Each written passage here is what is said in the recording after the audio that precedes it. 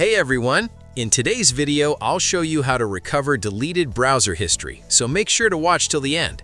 Let's get started. First, open any browser of your choice on your PC and search for My Activity. Open the first website that appears in the search results. You'll then be asked to sign in to your Google account. Simply log in using the Google account whose browsing history you want to recover. Once you're signed in, you'll be taken to a page where your overall account activity is displayed. If you're looking for something specific, you can use the search bar to find particular browsing history. You can also use the filter options to view history from specific apps or narrow it down by a certain time period. Keep in mind that you can delete history from this page as well, but once it's deleted from here, it can't be recovered again. That's basically how you can recover deleted browser history. If you found this video helpful, consider subscribing and giving it a thumbs up. Thanks for watching, and I'll see you in the next one.